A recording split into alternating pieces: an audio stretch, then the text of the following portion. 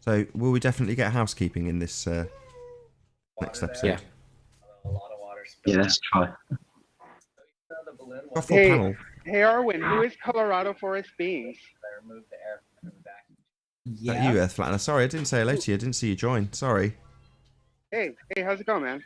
Very Hey, well. who is Colorado Forest Beans? Why did you kick them, Arwen? He just came on for a few seconds and dropped again. You know, You came Okay. on yesterday. just cleaning up that's the fine. panel so I can keep an oversight. Yeah. All right.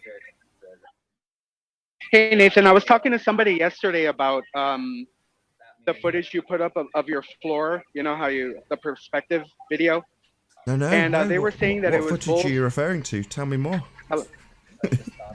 Yeah, I don't want to tell you who. I don't want to throw them under the bus.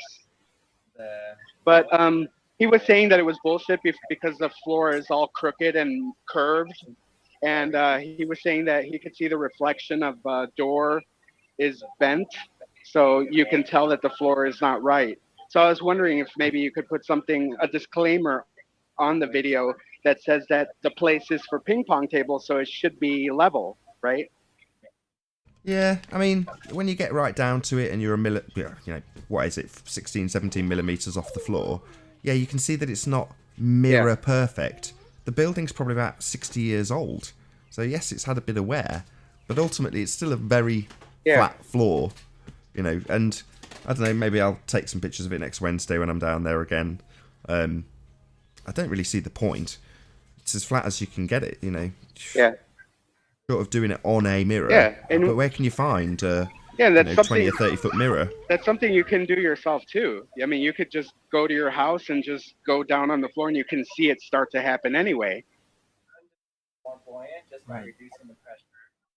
Yeah, the floor argument fails on account of the fact that even M. Scott Veach was pushing this argument, saying, look, the floor's not perfectly level. And it's like, well, no, you're getting the obstruction before I reach the floor. And when I do reach the floor, I'm still above the floor. And unless you're going to argue that there's a 1.5 centimetre tile that's at the height of the lens, even then it would have to be higher than the lens to cause obstruction. Yeah. Then you've got to be joking. There'd be kids tripping over it. They wouldn't play ping pong on it if it had 1.5 centimetre differences in those floors. Obviously, you wouldn't have any floor. A 1.5 centimetre difference in a floor is enormous. A 1 millimetre difference in tiles, you notice.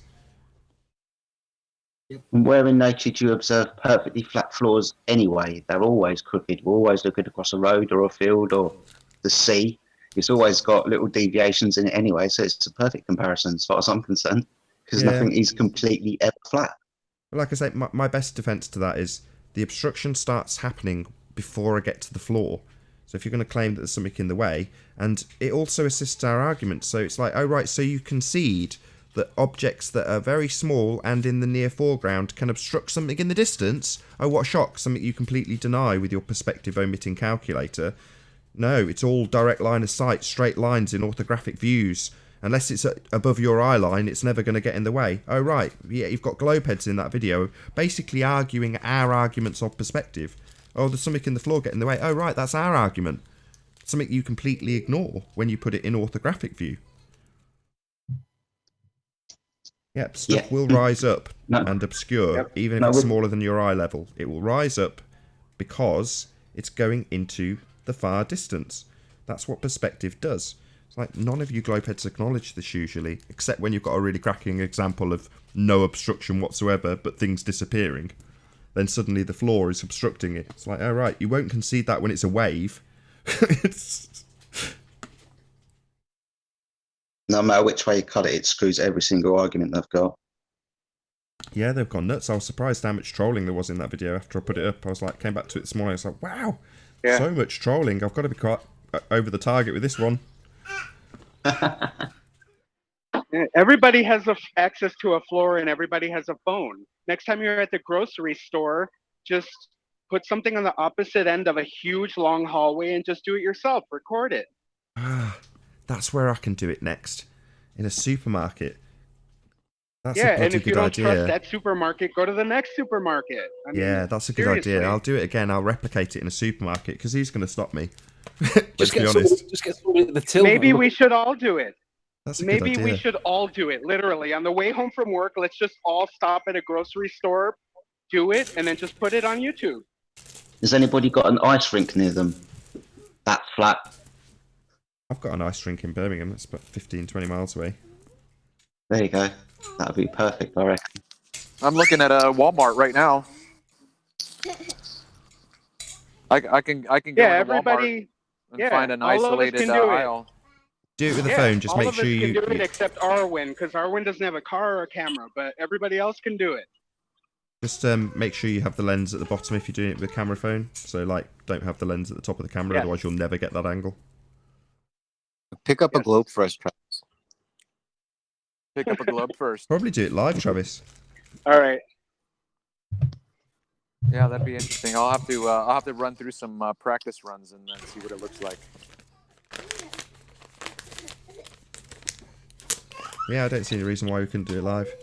Just stick it in a supermarket on a live stream. I might do exactly that. Just go. Grab a pair of shoes and put them down, and then walk away from them. Well, that's the thing in a supermarket. You wouldn't need to. In the same way as after I'd done it, and I was like, "What can I focus on? I need something, low enough to get it to disappear completely." And then you go back to the video afterwards, and everything in the room's doing it. It's like there is no exceptions. Yeah. I'd have to have my phone upside down because my camera lens is Eleanor, right at the. noisy toys.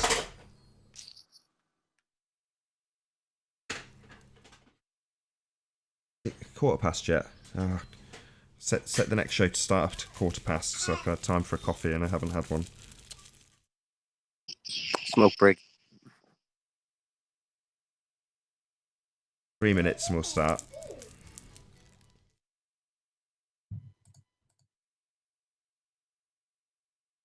Hopefully I get some long outs on the housekeeping enough to get a coffee done. I know, I'll start with gravity. That should sort me enough time to get a cup of coffee. Any scientific evidence of gravity? Arwen's got his own show started now. His own show? Yeah. Cool. When's Owen's show starting? Now. He's running 5 minutes late. His show is called Flat Earth. Newton's Legacy. Oh, really? Yeah, he's competing against you, Nathan. Cool. That's excellent news. Oh, I love it.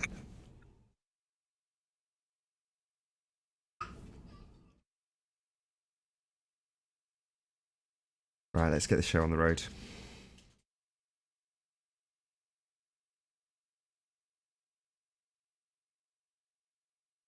Oh, what a day! What a lovely day!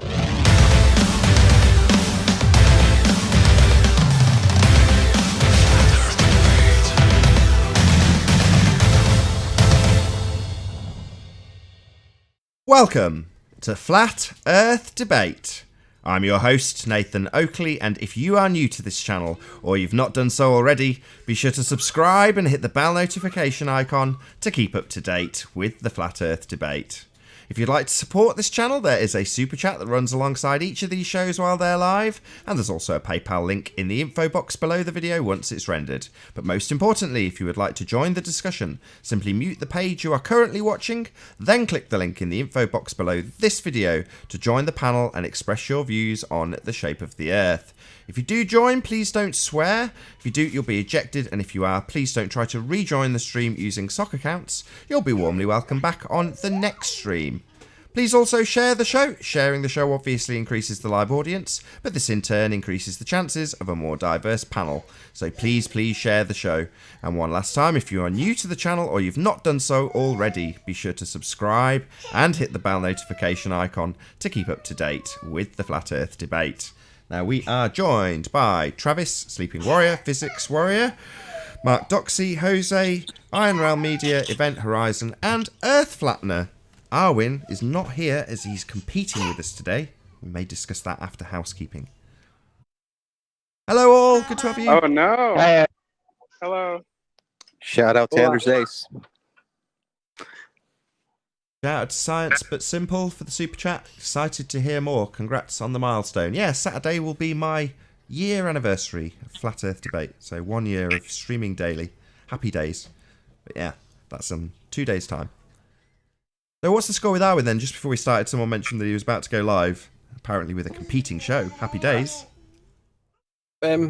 He's on a. He's that now called Hey, Flat Mike. Earth Talk.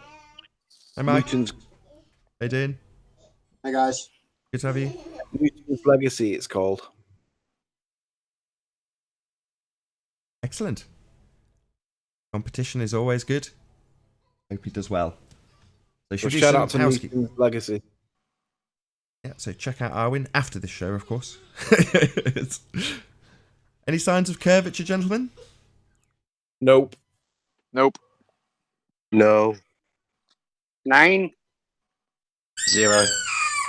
Is that a yes, Eleanor? Nada. No? Any signs of axial rotation of the Earth-based variety, specifically? Nada. No. I can't feel no spinning. No. About scientific evidence of gravity? There's not even any evidence of gravity, let alone scientific evidence of gravity. Lots of entropy. Equilibrium. Neutral buoyancy. Any evidence of gas pressure without a container? No, you need a container for sulfur hydrofluoride. So shout out to Nethio Zero, who doesn't realise that message. Moron. What about a self-perpetuating molten iron core at the centre of a presupposed spherical Earth? No. No.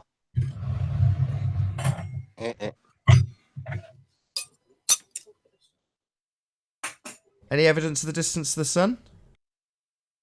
No. As Arwen's not here, there is no distance to the sun.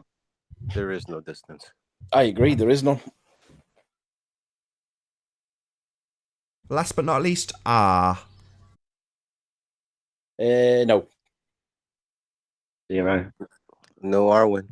So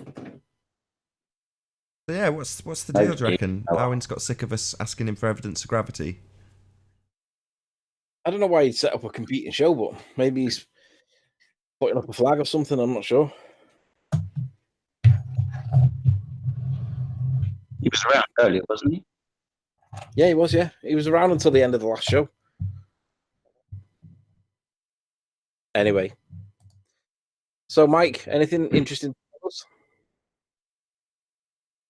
No, I was bored. I got home a little early today, so I just might as well join you guys. Nothing in particular I wanted to share or something. Just amongst friends. Okay, Why? so You got any questions? do you want to tell us anything about what FE Core are doing recently? Yeah, have you come up with a new slogan? Yeah. Yeah, we have. I'm not going to reveal it here, of course, but Oh, yes, you misery. we've managed to get one, and it's getting printed now on T-shirts. So Cool. and The conference that's due to start in where is it? Denver, Colorado. That's going to be coming up in the next 3 weeks? yeah, lots of our guys are going to be there. Bob and Jaren, of course, Karen. Are you going yourself? No, I wish I could. I've got too much work on my shoulders at the moment, and I just can't be bothered to go to a convention in the United States. It's going to cost me a few days, and those are days I don't have at the moment. Cool. Well, not so cool. I wish I could go there. I wish I had some more time on my hand, but Do you have any evidence of gravity for us? scientific evidence, hell no. Or just evidence of what they tell us is gravity, whether it be Einsteinian or Newtonian? I'll assume that you've not got any bending space-time to show us, but perhaps you might have some Newtonian evidence for us? No. Mass does not create a force. No, I agree. Anybody that thinks mass creates a force is a moron. Yeah, I concur. Right. So, what do we talk about now? I don't know. It's your show, not mine. It's a quiet day today. There's not a lot happening in the world of science for the Ball Earth religion. Well, that's their problem. They watch Discovery all the time and don't go out in the field to actually test what they claim they know. I realised that this Ball Earth indoctrination that everybody's like been under the spell of hasn't got a lot of legs. And in the news today, they were talking about how Trump's been attacking the media in America, saying about fake news. And what he was doing, he was trying to diffuse the situation because there's been some politicians in America that have been getting verbally attacked and abused by members of the public in certain areas for different political reasons. And he was trying to diffuse the situation by saying, look, there's a way to disagree with people, and like bullying and harassing them is not it. And on the one hand, he's kind of right. But on the other hand, these people are politicians. These people are basically lying to us day in, day out about all aspects of life. And what Trump was saying is that the news have a responsibility to tell the truth, not report things that they tell people are facts that are not actually facts. Well, that used to be the case, but now they're actually obligated to lie to you. No, but what Trump was saying was that even though you guys are cheesed off with the way that the world is going, don't be attacking the politicians. Really, the problem is the news, and I tend to agree with that. So whether you're pro-Trump or against Trump, the media are telling lies, lots of them, and people need to realize that this is not acceptable. We shouldn't be getting told lies. We should be getting told facts, not opinions that are false. Well, it's not even an opinion. You know, if it was their own opinion, then, you know, there's some respect you can get for that, but they're just blatantly lying to you. They're coming up with bullshit stories to influence you in some way or another. Yeah, there was a female reporter reporting on these rainpours that were like these downpours that are in an area, and she was trying to basically exaggerate how much rainfall there had been, and she was basically on her knees in the rain, not stood in the rain, on her knees in the rain, and the cameraman was really down low to give the impression that it was all heavy rainfall, and it was like really a lot worse than what it actually was. But basically, there's another camera guy there taking the same footage of what's going on, but from a distance. And everyone's walking around and looking at her, wondering why is she on her knees? Like, you know what I mean? She was literally misrepresenting how much the rainfall was, presumably to try and support this assertion of global climate change. Do you remember the guy in the wind? There was a reporter doing a broadcast, and he's saying it's really windy, and he's like leaning into the wind. I see that was the one that came to mind too. The guy that was pretending there was a huge hurricane, and, you know, there was just in the background people were just walking by in shorts, you know. Yeah, in shorts on mobile phones, just chatting away. No. It's hilarious. Just it's a bit really of drizzle bad. to the You get to the point where the news becomes just farcical. It's ridiculous. Yeah, I've thrown out my TV. Well, not my TV, but my subscription to TV 4 years ago. Never watched a second of TV since, and I don't miss it at all. I was like that anyway. I'm on again, off again relationship with TV. So for long periods, I'd have 2 or 3 years with no TV, and then I'd just get a subscription for maybe a year, and then within maybe a month, maybe less, you'd have watched absolutely everything there was to offer, and all there would be left is stuff that you'd either seen already, it was repeated from last month, or it was Frasier being repeated, or Cheers. You know what I mean? It's just repeats from the 80s and 90s. You're just like, there's very little new actual content because it's so expensive to produce. You can see why YouTube is so much more popular, because there's constant new material. Well, it's not just YouTube. You know, if you want to watch something that's just been released, you just download it like everybody else. I don't watch TV either, but for some reason I get the news and just as quick as anybody else just watches TV, like the weather. I try to avoid the news as much as possible because it only makes me angry. Same here, and that's probably the reason why I don't watch TV. Yeah. TV is part of the distraction tool, isn't it? Yeah, I agree. You know, as long as they keep your mind busy with meaningless stuff, you won't try to figure out what's actually going on. Shout out to P Mars. He would always say like the TV is the biggest weapon for the mass at large. Shout out retracted. Shout out retracted. I just wanted to say that Trump and Clinton, CNN, Fox, all these things, SpaceX, NASA, they're all on the same side. It's just propaganda. It's not on our side. So even if Anthony says that Trump's maybe he said something that's right or whatever, it's a narrative, and they're just trying to deflect you from what's actually happening. That's what I was going to say. Doesn't matter who it is, it's all a narrative. They're all puppets. They're always going to come up with arguments that someone's going to agree with, and that's how they pull people around. Yeah, voting in the first place is basically consenting to which way they're going to rape you, either financially or with your standard of living. But either way, they're going to rape you in one way or the other.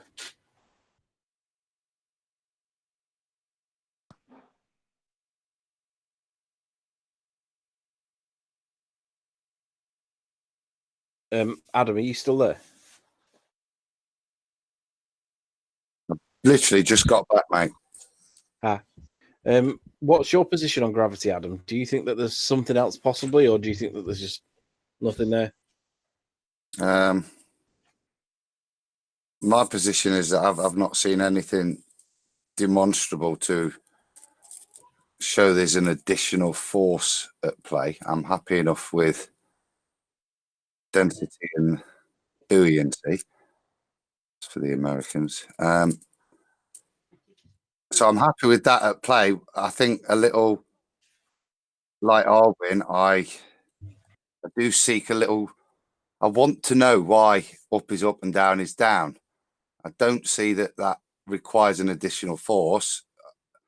I do think it is something controlled by another mechanism that defines that, but I'm happy for it to be also a law of nature that actually, like many things, it's going to be one of those things that just is. That's the way heavy stuff goes. So, when you say you want to know why up is up and down is down, what's your position with regard to the matter that the thing is in that you're looking at in terms of if it's a helium balloon, for example, depending on the medium it's in, the helium balloon will either go up or down, but it's relative to the medium that it's in. So what you're asking for directional wise is actually a relative position to the medium it's in. No, not that. No. So not a differential reasoning. Whatever those relative densities are, heavier stuff goes one way and lighter stuff goes another. And it's just, is there a causation behind that orientation of it? Is it to do with the electric universe? That's where I'd sit it. Shout out to Science But Simple for the super chat. Let me know when there's for a different view. Don't really understand the message, but thank you very much for the super chat. But like I say, I'm also quite happy to accept that is not necessarily something that you could get causation for, and could be like the law of entropy. It just is. It's a law. Things fall down. Yeah, I'd rather believe and accept Mother Nature rather than these forces that science tell us that they are, because at least we can see Mother Nature in action. We can see things like weather. We can see Mother Nature does have a way of balancing everything out. And I'm all right with that. I don't think you need to explain why hot goes to cold or pressure goes to non-pressure. I don't think you need to explain why any of these things happen other than it's just the way it is. And that's presumably the way that it was designed by the creator, if there is one. But ultimately, these things are basically fundamental laws of nature as far as I'm concerned. And it's not for us to work out how or why. They just are. And I think this thing about gravity is, well, the density goes down and buoyancy goes up. It's the same as pressure going to down, less pressure. It's just the way it is. Sorry to interrupt. Is anybody who's not chatting willing to drop? I think somebody's trying to join the panel. Literally, they just sent a super chat to try and join. Yes, I'll drop. I'm kind of busy Thank you, over here. I was as a placeholder. I'll see you later, guys. Much obliged. See you later. Who was it on the super chat? Gap now on the panel for think Science But Simple wants to join, I think. There we go. Hello, Science But Simple. Hello. Good to have you. Hello, can you hear me? We can. Yeah.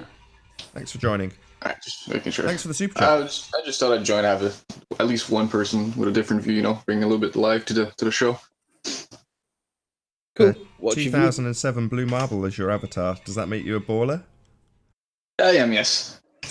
Good stuff. Finally. No ballers on the panel at the moment. You're the only one. Hopefully we'll treat you nicely. I'm not too worried about it. I've been watching your show for quite a while, so. So what can we do for you then?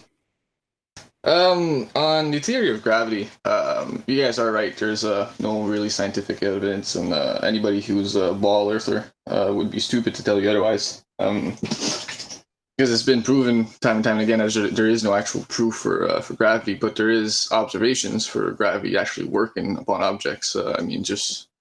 Like dropping an apple. The apple goes down at a constant accelerated rate of 9.2 meters per second.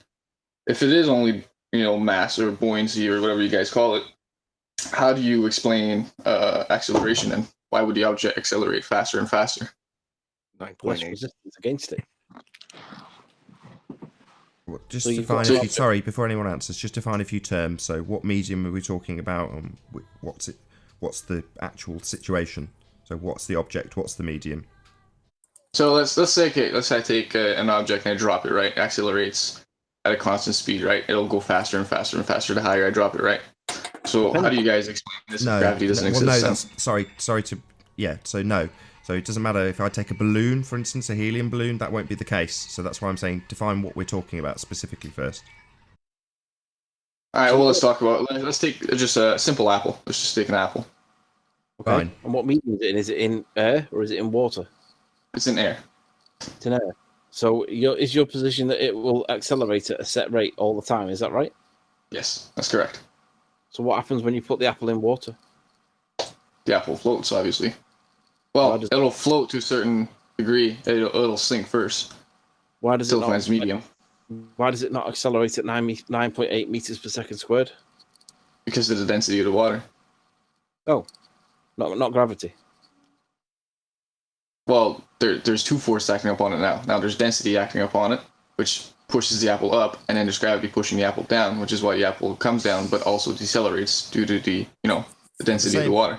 The same was true in the air, but the apple was more dense than the air it was in. So your explanation is sound for both situations. Wouldn't pretty we? much. Yeah. So wouldn't we need to actually have a demonstration of this, because all we're doing is talking about an idea? So do you have something that you can show us where this is demonstrated? Well, I mean, you can do it yourself, right? You can just take the apple, drop it in the air, watch what Yeah, happens. but you're the one making the claim. So I'm just asking. Well, you hang for on. something. How would we be able to distinguish the density of the apple and the gravitational force against just the density of the apple itself? Now, the gravitational pull is agreed upon on everything. Is pretty much universal, right? There's the Earth is massive. We all have the same gravitational pull acted upon us. Everything is the same. That's just to build to consensus, though. Right. Well, how do you contrast the gravity against the density? Where do you draw the line, and how would you know that the line is there? But that's the thing. I'm in a gray spot, right? I'm in between both flat Earth and globe. I'm riding the wave between both. That's why I watch the show. And there's a consensus that if you can't disprove something, then it doesn't mean it's false. So if flat Earth can't disprove gravity, then it doesn't mean that gravity is false. That's a logical fallacy. Sorry, that's called the argument from ignorance. So if I say, you can't disprove my assertion that I've got a unicorn in my garage, it's living and breathing, it's eating hay right now. If you can't disprove that unicorn, that ipso facto makes unicorns real. No, that's an argument from ignorance fallacy. And not just that, he's reversed the burden of proof by saying that we've got to disprove it. Well, yes, I mean, that's how it works, right? Is If where you the don't burden of believe proof something, you have lies. to disprove Sorry it, to right? interrupt. No. The assertion is where the burden of proof lies. So if you were to assert Extraordinary that, claims require extraordinary evidence. yeah, the burden of proof is on the person making the assertion. Correct. Science, can I just ask a point? You started out saying you accepted there was no scientific evidence, and part of the thing when you look at the density and buoyancy stuff, and then you stick gravity in there. Gravity, it's neutral within it, and you could just as easily say that there are on average 9.8 unicorns start pulling something down every single second. On average, you could just as easily put that analogy in and use that in the mathematics. The mathematics itself are only derived from the observation of things falling at 9.8. There's no measurement of a force, so it's all supposition that the gravity is a force. That's where I struggle. It's not demonstrable in any way, and in fact, if anything, when we look at neutral buoyancy, it demonstrates that there isn't a force there. Well, the other thing, of course, is that if I was to assert that everything has a tendency to want to go up, but for its own mass stops it from doing so, would it then be for you to try and prove that I'm wrong, or would it be for me to prove that I was right? Well, it would be my job to prove to you that you're wrong.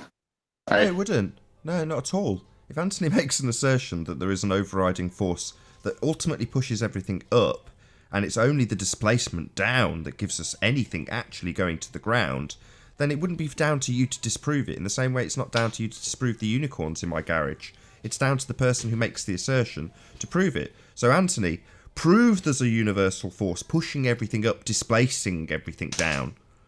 Helium balloons. Booah. But that's not proof. That's just your religious belief in a force that goes up. Are you denying helium balloons, Nathan? No, I'm denying that you have no evidence to prove there's a universal force pushing up, displacing everything down. But everything else is heavier than helium balloons, though, Nathan. Well, yeah, I appreciate that there's water vapour and helium balloons and various other things that naturally go up, but that doesn't prove a universal force displacing everything down. Ultimately, this is just the converse argument that the globalists give us, but with Anthony asserting a ludicrous notion of a universal upward force displacing everything down, contrary to the universal downward force that displaces helium balloons up. Brilliant. That was quite good, wasn't it? So, science, you know Newton's third law? For every action, there is an equal and opposite reaction. Yes. That means for everything that goes down, in your case, the apple falling off the tree, there's an equal and opposite reaction where that volume of air goes back up the other way. Agreed? That's correct. Wouldn't it be seen to be a balancing act rather than a gravitational force down? Because that implies that there's only the one action, but we know that there's two. There's one equal and opposite going back up the other way. So why would you only look at the apple going down, but not realize or not observe the other part going back up the other way? And I would then say that's a balancing act. Yes. In other words, your assertion's only 50% right. But that's also the reason why we don't float up, and that's the reason why the Earth can also retain its atmosphere, right? Now, there's 2 points to that. Sorry, do you want to quantify that a bit more than just stating it? Yeah. So, let's say the Earth is a globe, right? Now, the Earth stays on the Earth for two reasons. One, because vacuum does not act upon our atmosphere, and two, because there's an equilibrium. Sorry, what the hell is this? Sorry. So, you've just come to assert your religious belief about a vacuum of space simultaneously working next to a gas pressure of Earth? What it the hell doesn't work gives? next to the gas pressure. How does vacuum not act upon? How does entropy not take effect there? What's Hey, a vacuum? science, mate. You started again by saying I've been watching this show for a while. How do you think you were going to sneak them lines in? That's naughty, man. That's funny. So we started off with... I just dropped that in. Yeah, I mean, we had three logical fallacies, one after the next. So we started with, if the Earth is a sphere, so we're already begging the question and assuming we're on a sphere before we do anything. That was the first logical fallacy. Then we're into a few religious beliefs about Earth's atmosphere being held on by gravity. Then we're into another religious belief about the vacuum of space not affecting the air pressure. I mean, how much more religious belief do you want to assert here? I'm going to call it really religious beliefs, if you want to call it that. Oh, right. Okay, no problem. If you don't want to call it that, give us a demonstration of gas pressure being maintained without a container. Sure, the Earth. Sorry, that's your religious belief. Now you're going to piss me off real fast. That's your religious belief. Yeah, but you have one air pressure, right? We can all agree that we have one atmospheric pressure, right? Yeah, we breathed in it. Yeah. No, Alright. no, that's not agreed upon. Why do you think we've only got one atmospheric pressure? Because that's what we base our measurements on, right? We take the base. Well, according to your position, we breathe 14.7 psi of atmospheric pressure, right? But as you gain in altitude, that drops, apparently. Yeah, it does drop. So we don't have one atmospheric pressure, then, do we? We have a variable. We live in a dynamic pressure system. Right, On your but gravity is what causes that. All right. Can you So- can you show Sorry, a no. scientific experiment No, with gravity? gravity doesn't cause that. So, no. What gravity does cause, it causes the molecules to become Oh, really? closer and closer Okay, and closer. the no closer you get problem. here. I've already asked Can you once. demonstrate Stop. I was gravity just, you took causing the words this out of my then? mouth. So, you're asserting gravity maintains gas pressure without a container. Okay, show me gravity maintaining gas pressure without a container. The Earth. That's your religious belief. How many That's times have I got to circular say it? reasoning. That's not a demonstration of gas pressure without a container. That's your religious belief in a vacuum of space existing simultaneously next to the air we all breathe. Now, I don't want to hear your religious belief for a third time. Listen to the question. Either admit you have a religious belief in space, or demonstrate that you can maintain gas pressure without a container by means of your religious assertion in the G constant derived from Cavendish balls. Alrighty then. How do you explain? Don't what ask me a atmospheric question. pressure- No, You yeah. asshole. Is that what you've descended to this quickly? I ask you to basically back up your religious belief. Rather than concede you've got a religious belief about space, you're asking me something. Where's your demonstration? That doesn't require me being asked anything. You've just asserted your religious belief here. Science, whatever your name is. So give us your science. Show us it now.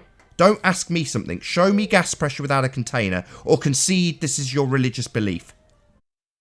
Let me jump in real quick, science. No, Okay, I want him listen. to show me. Or concede he's got a religious belief about space. You can call it a religious belief if you want. Yeah, sure. We'll call it a religious belief. If Yes, that's it what is you a wanna call religious it. belief because We'll you have call no it evidence to religious back it. Wow, that was quick. Yes, absolutely. So when you say let's just think the Earth is a sphere and let's just believe, like I believe because I'm a zealot, that gas pressure can exist next to the vacuum where they all travel in bloody space penises, then you can believe that somewhere else. We're not just going to believe it because you assert it. We're going to damn be sure asking for evidence of it and you haven't got any. So yes, it is your religious belief. We don't want that here. No thank you. Keep your religion to yourself. Okay, but can you let me explain? What, your Or will you religion? keep interrupting No, me? don't explain your religion either. We are not interested trying in to explain Jehovah's religion. Witnesses I'm not trying to knocking on our explain door. religion. I'm not trying to Unless you explain. can demonstrate gas pressure without a container, I'm not interested in your religious belief about it. But you can't. That's what I'm trying to get to. You can't. I know It's- you it's not- can't. It's not feasible. I know. A necessary antecedent for gas pressure is a container. You think there's a vacuum, space, where they go to Mars, right? Yes. Wrong. That's your religious belief. That's what I'm trying to get you to concede. But you've just agreed in the affirmative. Yes, that's where they travel to Mars. No, sunshine. No. The antecedent, a container, is necessary to have gas pressure. Don't just assert that you can have a vacuum out there. You can't. That's impossible. Can we? All right. Can we stay on neutral ground and talk calmly here? And can you let me explain? Yeah, I think we should lower the tone a little bit. And we know where this is going to go if we carry on in this line of reasoning. Perhaps it might be a good idea just to change subject, just to try and keep you in, because it's going to go in one direction and only one. Can I jump in just real quick? Sure. So, science, my analogy for you to think about is what I call the Saint Nick fallacy. So, imagine your child comes and says, "Dad, prove to me that there's Santa Claus," and you say, "Look, there's presents under the tree." It's a circular. Yeah. Okay, let me ask you a question, science, but simple. Did that come How through? far- Because I got a phone call. Did that come through? Yeah, we, Yeah, heard, we did. Yeah. Does that make sense to you? It does. And then, I mean, you're not wrong either. Okay. Science. How far away is the sun? Billions of miles, and we all know this. But the way it was calculated, Billions? Of miles? Are you sure? and it was calculated a long time ago too. way before calculators, before science. I've not heard How was anybody. it calculated? They've I've not calculated with. I haven't heard anybody claim billions of miles. So how far away is the sun?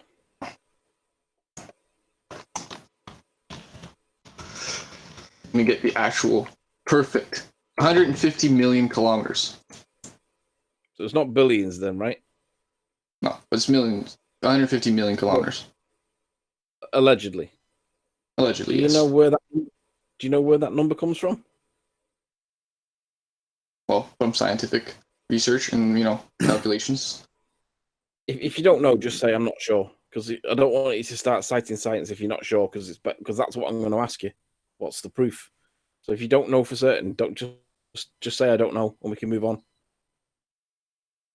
I don't know for certain who calculated it, but I know science did calculate it, yes. And we can still calculate it today, like we can calculate the distance from a different planet. So if you know that science did, what's the evidence for it then? That's like me asking you if somebody told you something and you believed it, what's the proof for it then? Right. So that becomes more. Exactly, you believe it, right? Yeah, I do believe it. Right. But you already admitted that you don't know who, but then reasserted your position by saying that you know that science did. So when I ask for it, you have to admit that it's a belief. It is a belief, yeah. Just like you believe the Earth is flat, and there's nothing wrong with that.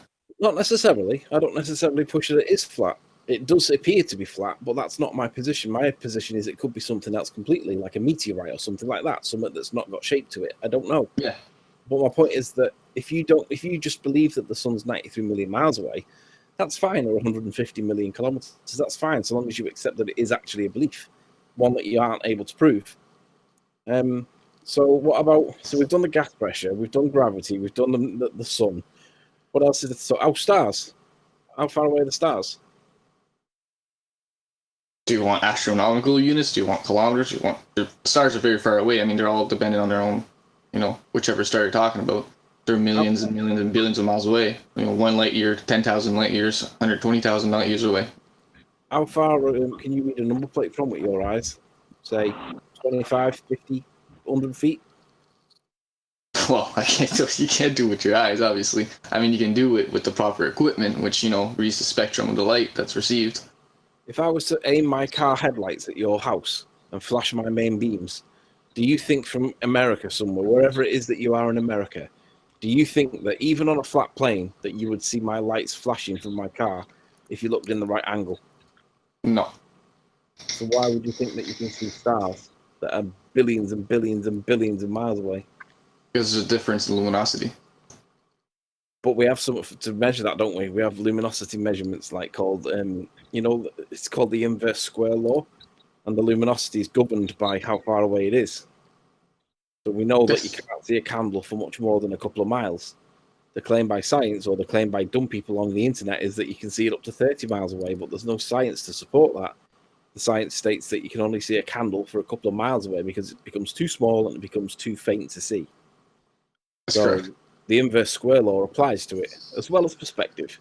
But you're comparing a candle to a star, right? To make the distance that light can so-called travel is finite. It's not infinite. As long as there's nothing else acting upon the light or blocking it, light can travel forever. Now, it'll vary in wavelengths because, as we all know, light can't travel away. Light can't travel forever. It's subject to the inverse square law. It will fade out. That's why we have radio telescopes. Because light will eventually dissipate into a different wavelength. That's why we have radio telescopes to pick up that wavelength. So no, light does not go on forever. And that's how luminosity is a measure based on candlelight. You did realise that, right? How many lumens something is based on a measure that's derived from candlelight. Just want to point that out. Yes, but comparing a candlelight in far away in America and then comparing a star to a candlelight is like comparing a rock to a nuclear bomb. Which one I'm going to see first. Sorry. The measure for how bright it is will be in lumens. Correct? That's correct, but that's off Look the point. up what a lumen is. Look up where it comes from. Okay, then tell me that it's got nothing to do with candles. Okay. But not just that. You said comparing a candle, compare a star to a candle is like comparing a rock to a nuclear explosion. Well, how do you know that the stars are said nuclear explosion? How big are they? Because of the radiation they give off. There's only one reason why it would give off such radiation. It would be through nuclear fission. No, there's two reasons why it'd give off the radiation it gives off. One is that there is close to look.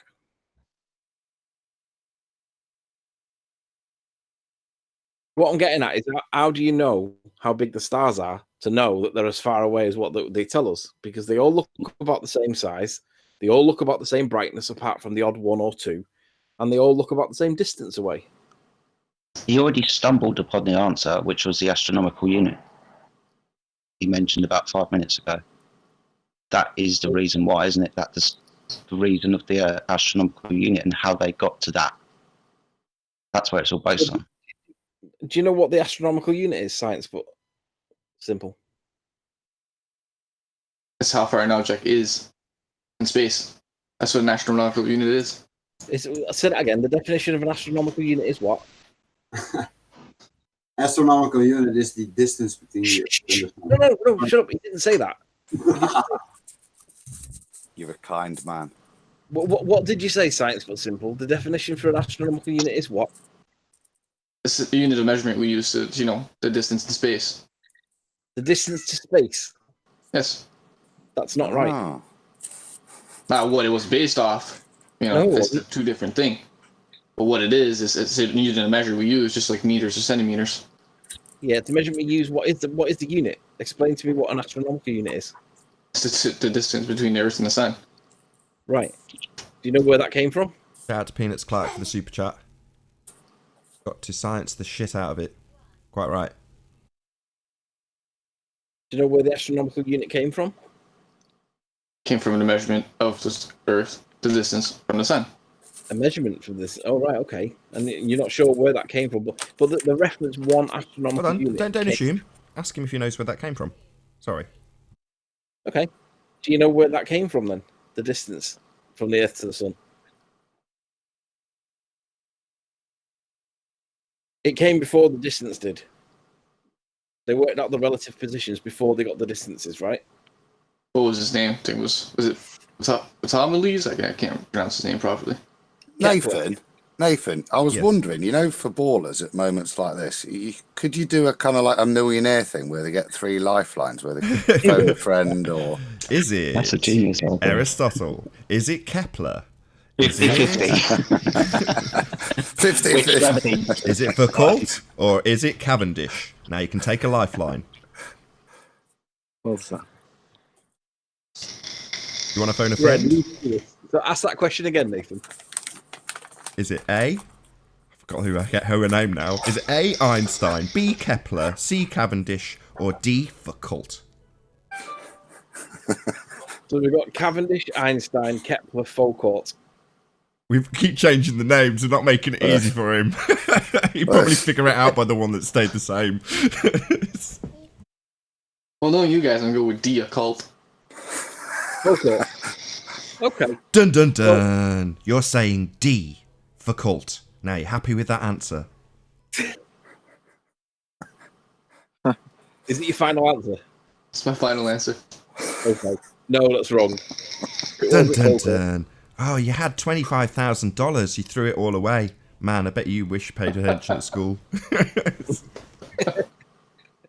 So, in your name then, it says science but simple. What simple science have you got then to demonstrate anything with regards to heliocentricity?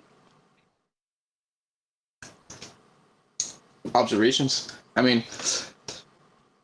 I don't know how to explain it to you guys. I mean, you're always going to have another point to add onto it, and that's great. That's a great thing to have, You always debate science, which, well, how do you explain this then? If you can't prove it, how do you explain this? And then it's really great, and that's why I love this panel so much, because you guys constantly debate not only global Earth stuff, but flat Earth stuff as well. How do we prove this? But science made simple is basically like, well, if I drop an apple, then how do you explain that? Why does it accelerate at a constant, velocity? Well, then if you put it in water, why does it go slower? Well, that's easy, Constant velocity. So hold You on. put it in So water. hold on. Let's just see. Let's just test.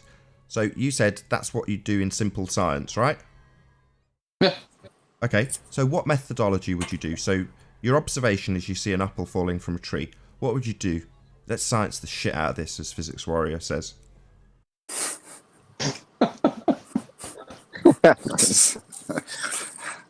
What would I do if I saw an apple fall down a tree? Yeah. What would be your next step if you were going to do science on it? I eat it. That's not very scientific. That's not at all scientific. I'd probably eat it too, but let's pretend for a moment that we're scientists. So we're all scientists. We've got our lab coats and our name tags. We see an apple falling from a tree. We go, right, it's time for science. What are we going to do next? You tell me. Well, first I'd question why the apple fell from the tree. Sorry. Yeah, we want to know why the apple fell from the tree. What are we going to do next? We're going to try to recreate it, obviously. Sorry, we've observed the phenomena. Now you're going to try and recreate the phenomena. Mm-hmm. Okay, so what next? How are you going to achieve that? We'll take something with a similar mass, or you don't want to take an apple again, drop it from a greater distance, maybe something higher than a tree, and observe it. Sorry, count how long that's it not fall. that's not recreating the phenomena, is it? You've observed the phenomena. Now in science, what you're trying to do, I'll have to lead you a little bit, is try and establish the cause of that effect. So the effect is your phenomena. In this case, apple falls from tree. In science, you're trying to find the cause of that. So what do you think you do next? We recreate it. No. You have to recreate it. I'll tell you. You formulate a hypothesis. This hypothesis will have a very specific thing in it. The very specific thing is called an independent variable. That is your presumed, because you don't know it is yet, your presumed cause. And what you're going to do is test to see if it really is the cause or not. So, my next question. Apple falls from tree. What would you assert causes that? Gravity. Oh, excellent. So, an independent variable requires the researcher, that would be you, to vary and manipulate the independent variable. Now you tell me, how are you going to vary gravity, your presumed cause? Don't tell me how you will manipulate the dependent variable, the apple. Tell me how you'll manipulate the independent variable, presumed cause, gravity. How are you going to manipulate that then? You can't manipulate gravity. So you're telling me you haven't got a scientific cause? My God, you just told us this was simple science, and yet we can't validate it with science. What kind of an idiot are you? Don't laugh. This is a demonstration of the stupidity we are faced from. So I'm going to do a little speech to the dicks who are in the chat right now that say, this is the reason people don't want to come on your show, Nathan. Wrong. I rip globehead zealot religious idiots a new asshole, like this dick, who says science made simple is watching an apple from a tree, and when we take him through the logical steps of the scientific method, we very quickly discover that the independent variable is not variable by the researcher, therefore not science. Therefore, what this dick says is just stupid. That's why people don't want to come here. They don't want to be humiliated by me. Okay, sunshine, so you don't have science for gravity then? You're going to concede, or you're going to go on to a religious belief about it now? Is this going to be a concession? May I ask you a quick, simple question? No! First? No! This is why I call people like you assholes. Concede. You have a religious belief in gravity, not verified by science, as you asserted incorrectly. May I ask you a question first? No. You can concede that your assertion that this is science made simple was wrong because of your ignorance. You don't understand what science is, but you're here telling us what it is, aren't you? Science made simple, watching an apple fall, all that shit you just spoke, all nonsense. ripped apart by me. And as I'm pointing out to the dicks in the audience, this is why people don't want to come here. Because it's humiliating.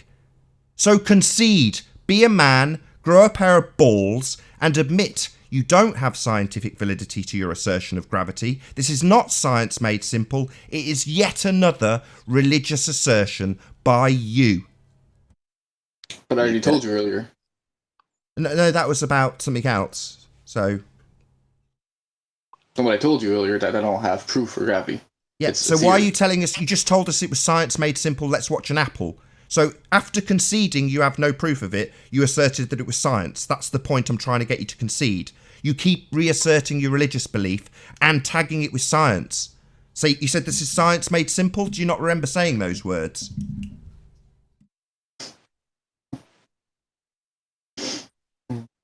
I do.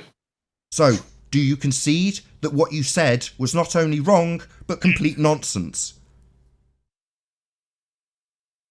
I'm not going to say it was wrong, and I'm not going to say it's It nonsense. was wrong. This is not science. You can't vary and manipulate your variable that you claim is the cause. So, do you need me to explain it a third time, that being the second? Or will you now concede that you aren't doing science made simple? This is not proof of anything. Watching apples fall from a tree won't give you the ability to vary and manipulate your presuppositional G. But you can't manipulate gravity, Nathan, on a scale. Yeah, that's my point, you absolute bonehead. You can't manipulate your independent variable. That's what you need to do science. So this, as I've asserted now 3 times, is not science. Why aren't you conceding this? Are you a mouse, not a man? Listen up, globeheads in the audience. This is why people don't want to come. Because it's humiliating to have to concede how wrong you are. But it's not humiliating. I mean, there's nothing humiliating about it. So concede that you cannot scientifically validate your religious belief in gravity. Okay. Are you happy? No, you haven't said it. Repeat after me. Louis, I cannot validate gravity. I assert it because I have a religious belief in it. I don't have a religious belief, but I do believe in it. But I will concede that I cannot prove my point, yes. So you believe and you cannot prove. You have a religious belief. All right, Nathan, let's not milk it. He's admitted it. No, I'll milk it as long as he doesn't concede. He's conceded now, tentatively, after 3 attempts. This is where I go, well done for finally being a man and conceding that you have a religious belief in this garbage. Gravity, specifically. Not scientifically valid, just your religious faith. Thank you for finally conceding. I appreciate it. Yeah, me too.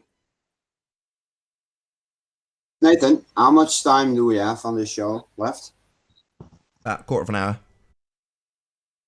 Okay, I'll save it for the next time. I've got something to show that that we replicated recently, a test from the 1800s revolving around optics and theodolites, and Chris Van Metre did a copy of the test, and we got some results that I would like to show, but I'll save that for the next time. Cool. Okay, I mean I can keep the show going. If I have no issue whatsoever keeping it running if it takes longer. Well, I didn't prepare any material, so I would be stumbling around looking for the right pictures, etc. So I'll prepare something, and it won't last longer than 20 minutes. Cool. No, I look forward to it. Okay. Go on. Science but simple. It appears that you may not have as much science for what you believe as what you first thought. Well, the thing is that the questions you guys are asking are things you can't prove without, like, how can you manipulate gravity? Well, if we believe in a heliocentric model, you can't manipulate gravity. This is not a thing. We can't manipulate gravity. That's the thing we know. Our assertions, these are your assertions on your belief model, right? Yeah. So we're only asking you guys to prove your assertions. Well, technically, if you believe in the mainstream model of gravity, you should be able to manipulate gravity because mass creates a field distortion. So you could fumble around with masses trying to create that field distortion, which will never work. But we're talking about mass attracting masses, and that's not the current rhetoric of science. That's the bending of space-time. Science. I had just one point, and to me, you're not being simple.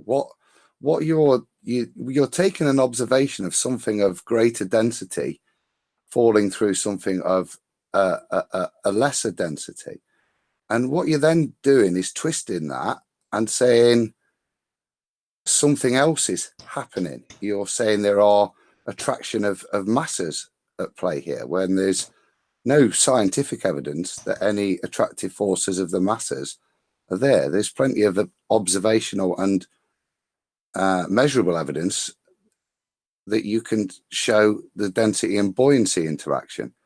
So for me, you're not making things simple. You're complicating it by introducing something that's not demonstrable within the experiment that you say presents the theory. That's correct. So it's not simple then, it's complicating. I mean, yes, science is complicated, but, you know, like I said earlier, watching an apple fall from a tree is quite simple, right? But like you said, But you it's can't. not science. That's not science. Yeah, but for that observation of an apple falling out of a tree, you've had to create a pseudoscience to allow it to fit with your religious belief. So you've stepped out of science totally to enable it to be explained in your religious paradigm. Stepped into science in the first place. Well, you said you were about to do science, and then you went on and didn't do science. What science? What do you understand science to be? Hang on, why don't you answer that question for us? I would me? turn it and say, why do you think? Explain how the Newtonian gravity explanation of the apple falling from the tree is science. Is probably the better way of addressing that point. But didn't we already concede that point? I don't Yeah, know. I think we've already conceded it isn't science. Yeah. Why So don't that you- answers the point then, doesn't it? We know what science is, but would you tell us what science is? Because I'm not sure that you actually do. Science is just observations, really. Not really. No, that's one step in the scientific method. Don't give him any more clues. Yeah, but it's observations and knowledge in a certain subject. That's what No, it science isn't. is, you know. No, Specifically, it's not observations. It's observation of something specific, not just observations. That's wrong. That Step will be one, this research. is. Step one. We're failing at step one of the scientific method so far. You've got science in the name of your avatar, and you literally don't know the first step in the scientific method.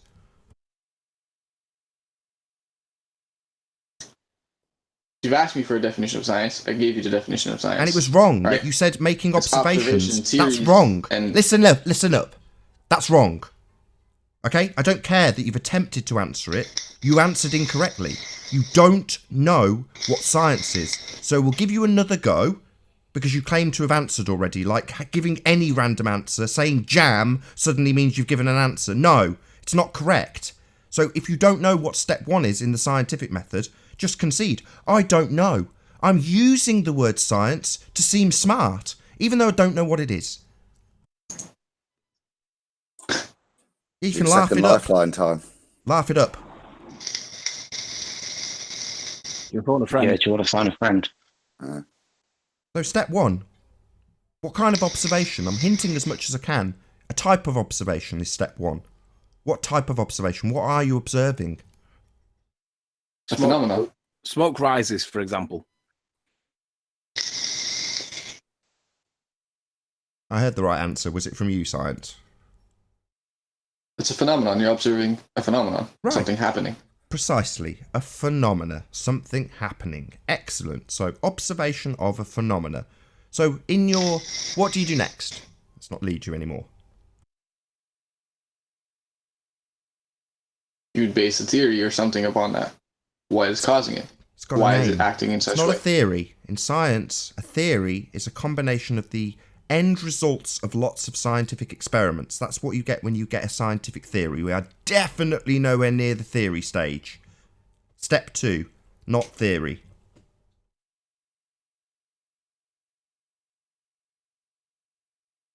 Do you want to ask a panel member for some help?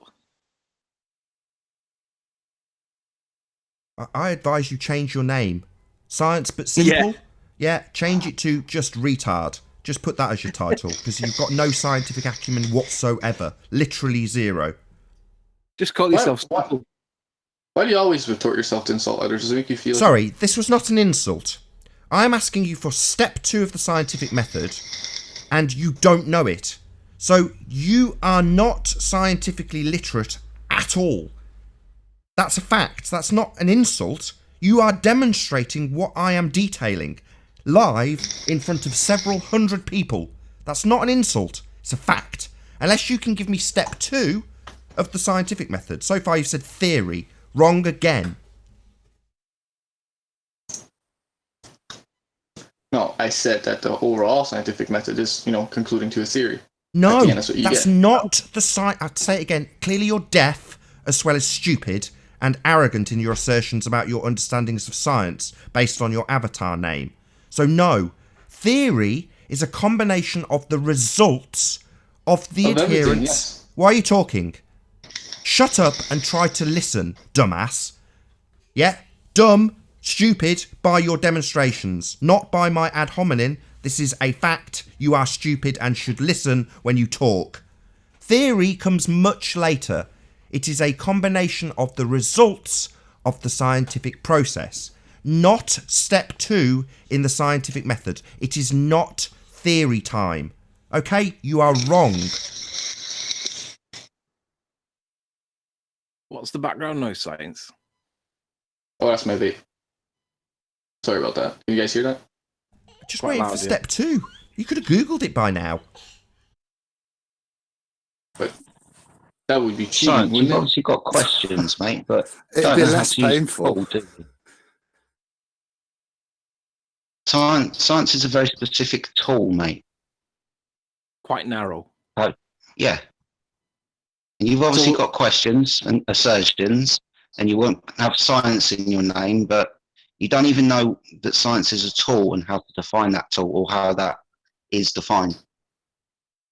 Well, I did say earlier, we observe what happens, the phenomena. More than that, You're being led through this, though. Baby steps. Doesn't that ring any alarm bells in you that, the way that you perceive the world might not be correct and the things that are asserted on you are not correct? But I never said it was correct. I'm asking if he doesn't. Sorry, he should start ringing alarm bells in your head. Now he's lying. You did say it was correct. That's precisely what you came in and asserted. No, that is not. So when you gave us your little blurb about 9.8 meters per second squared, that wasn't you asserting that this is just correct and used by everybody, therefore correct. That's not what you were asserting. I can assure you it was. You're just a liar. No, I specifically said that's so what you the made these assertions because they're not people correct. say. So why did you assert them? Because they're not correct? Just passing the time by making nonsense assertions that aren't correct. That's why you made those assertions, was it? Because they're wrong. That's why you asserted them as being incorrect. Yeah, take your time. Take your time while you figure out how you've lied. Yes, you came here and asserted you were correct. You're not. He's just pointed out that you've come and asserted this and you've said, I'm not asserting it is correct. Yes, you were. That's precisely what you were doing. Asserting your religious beliefs. I had to take you through it 3 times. So don't now tell me that you weren't when I've had to spend my time and the audience's time taking you, who doesn't understand science, through the steps of your logical fallacies. Not science, fallacy. So don't assert you weren't asserting it as true. You were.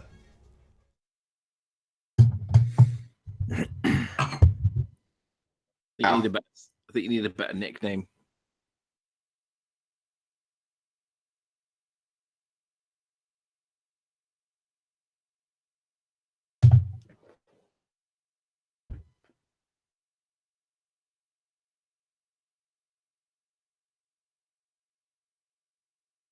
That's possibly one of the most protracted silences we've ever had on the show. And we all know why. Because Howard's not in. Yeah. Well, I think that's probably a good opportunity to round out. So I'll say first and foremost, a huge, massive, enormous thank you to all of the debating panel for making this debate possible. And of course, a massive thank you to all of the live audience for tuning in and hopefully sharing this debate. If you hated the show, you know exactly what to do. But if you liked it, maybe consider sharing it with a friend or subscribing if you've not done so already. Also, be sure to tune in to Science versus Pseudoscience in a couple of hours' time. I've been Nathan Oakley, and I will see you all in the next video. Oh, what a day! What a lovely day!